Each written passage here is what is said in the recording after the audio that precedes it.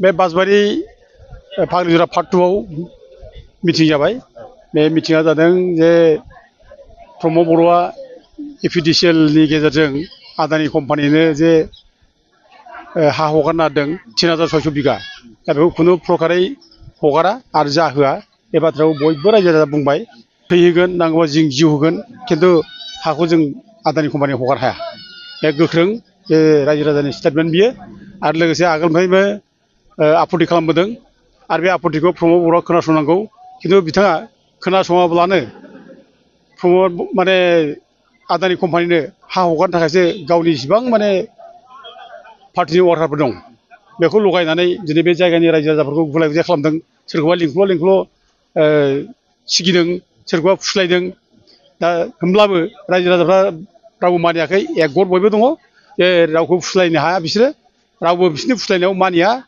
जे बयबो एकगतैनो आदानिनो हा होआ बे बाथ्राखौ बयबो बुंदों आरो जोंबो रायजो राजा हिसाबै बयबो बे रायजो राजाफोरजों खौसेयै जों गसंथागोन आरो बिसोरनि जुजिनायाव जोंबो लोगो लाफागोन बिसोर होनो हागौ एलटमेन्टखौ खिन्थु बे केन्सेल जागोन बेथ' खुनु बे एलटमेन्ट होनायनि सिगां बिसोरो बे जायगानि रायजो राजाफोरजों रायज्लायफैयाखै आरो बे 6 सिडुल एरियानि हा बे 6 सिडुल एरियानि हाखौ प्रमद बर'आ गोसो जाब्लानो बे सोरनोबा हगारनायनि बेहा क्षमता गैया 6 सिडुल एरियायाव बियो खुनु नन ट्राइबेलनि हा हगारनायनि बेहा अधिकार गैया बे प्रमद बर'नि सम्पति नङा बे 6 सिडुलनि माने जायनाखि प्रभिजन्स आयेनफोर बे आयेननिसो माने क्षमता बियो बे आयेन हिसाबै प्रमद बर'आ गोसो जाब्लानो सोरबा नन ट्राइबेल मानसिनो हा हगार हाया आरो 6 सिडुल एरियायाव खुनु नन ट्राइबेल मानसिया हा मोना आरो बेबो नोङो आदानि गुबुन दस्रा जायगानि बे मानसिनो बोरै हा हगार हायो बे बोरै हगार हाया आरो हा हगारनो हादोंब्ला बे जायगानि मानसिजों रायलायनांगौमोन बे जायगानि मानसिनो परामर्श लानांगौमोन खुनु परामर्शबो लायाखै रायलायाखै बे गोसोबायदि हारसिंनो बे हा हगारदों बेयो दा बे हा हगारनायनि सिङाव माने मोनसे कनस्पिरेसि दं बेहा मोनसे गोथौ बेहा मोनसे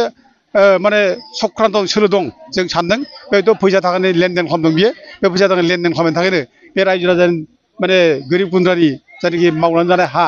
बिसोर बाहायनाय हा बेखौ बिसोर माने सिन्था खालामाजासे बे हाखौ सेनो नागिरदों आरो बे आदानि कम्पानि बेखौ हा होदों दा बेखौ खुनुदिन मानिया बे केन्सेल जानांगौ मोजां प्रश्न बियो दा जौगानायनि बाथ्रा बुंफ्ला रायजो राजाखौ दिनै बिसोर थगायनो नागिरदों बे गोरिब गुन्द्रा आफा जाम्बा जाम्बि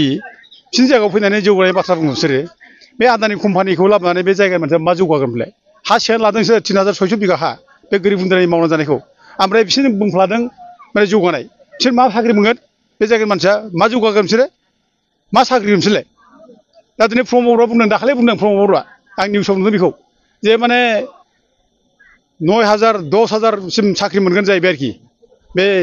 माने आदानि कम्पानिया बेयाव टार्बाइन पावार प्रजेक्ट लाबोयोब्ला बिदि बाथ्रा बुंदों बियो दा बे नायना नायाखै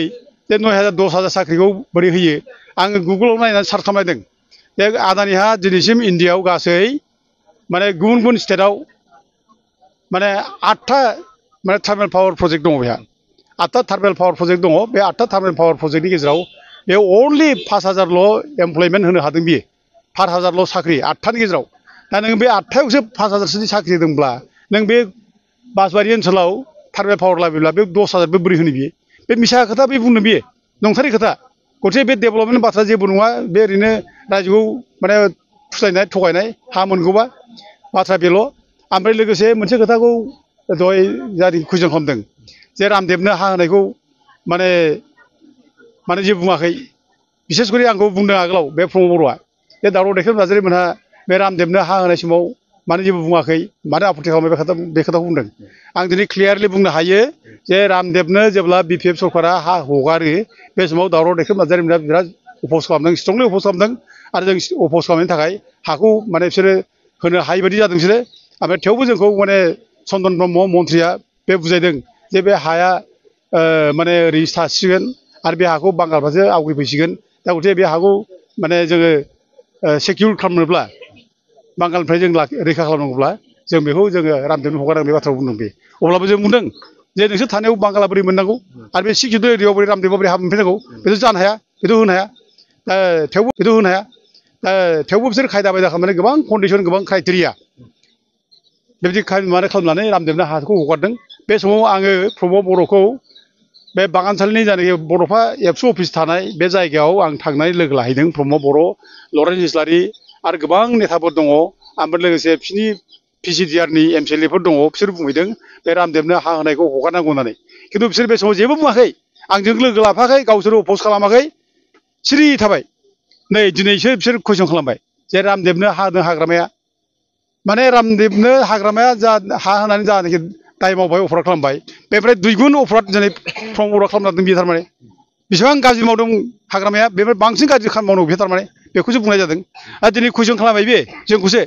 दावराव देख्रेबना जों बे समाव बहा थाया आं दिनै कुइसन खालामगोन प्रमद बर'खौ प्रमद बर' नों बै समाव बहा थैना थाया नों माबा मोनसे बुङामोन नामा फंसे खोथा माबा बुङोमोन नामा नों मानो बुङाखै नोंलाय जों दिनैखौ कुइसन खालामगोन दिनै आरो बे रामदेबनो हा हगारनो थाखाय हाग्रामाया आरो दिनै बे बासबारि ओनसोलाव नोंहा बासबारिनि गोरिब गुन्द्रा रायजो राजाफोर मावनानै जानाय हाखौ सेनानै आदानिनो हा हगारनो थाखाय खुनु अधिकार गैया नोंहा नों बिसोरनि हाखौ सेना लानो हानो आं बेखौनो आरो बुंबावनो लुबैदों जे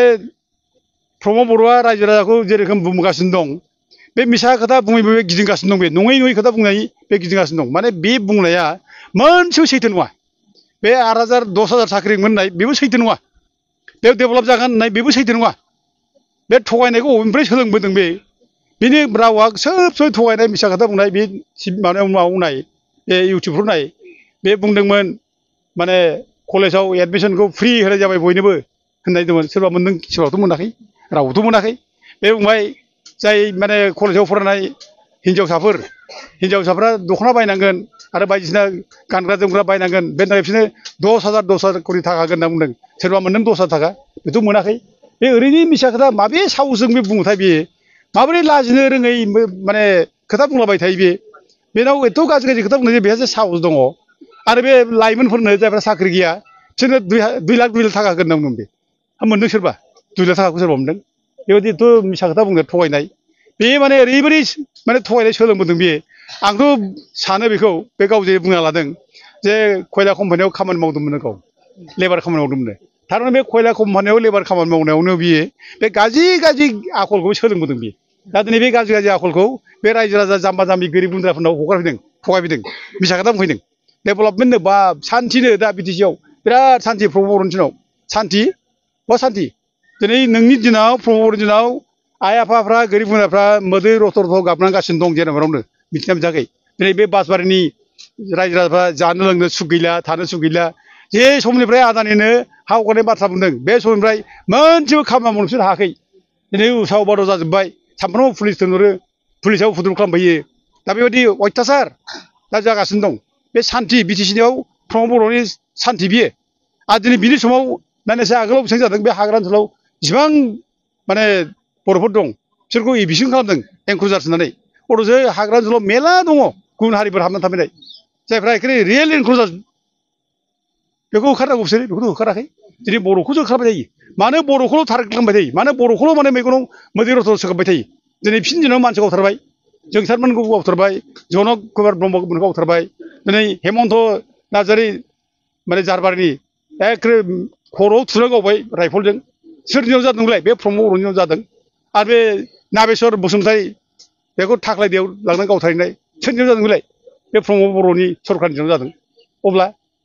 बेनो सान्थि नामा दिनै नाय इसिबां दं बर' फिसाफ्रा दिनै बयबो दुखुजों दङ असान्थियाव दङ दा बेखौनो बे सान्थि फैबाय गोजोन फैबाय होननानै बे मिसा खोथा बुङै माने बे गिदिंगासिनो दं दा रायजोफ्रा खिन्थु दिनै सांग्रां जाबाय बुजिबाय रायजोफ्रा बे बुजियाखै रायजो राजानि गाबनायखौ मिथियाखै बिसोरो दुखु दाहाखौ एबार इलेक्सनाव बिसोर माने जेनसिगोन इलेक्सनावथ' बिसोरखौ फेजेननो रेडि जाबाय रायजो राजाफ्रा बे बुजियाखै जेब्ला इलेक्सनाव जेनगोन दुखुआ मा अब्ला बुजिगोन बे अब्ला गाबगोनब्लाबोसो बुजिगोन बे रायजो राजा हा सांजानानै गाबदों दुखु जादों बेखौ बुजियाखै मानसि थैनानै गाबदों बेखौ बुजियाखै खिन्थु जेब्ला बे पावारनिफ्राय माने होखारजागोन अब्ला जे गाबगोन दुखु जागोन अब्ला बे दुखुआ मा जिनिस अब्ला बुजिगोन बे रेडि जाथों बे प्रमद बर'मोना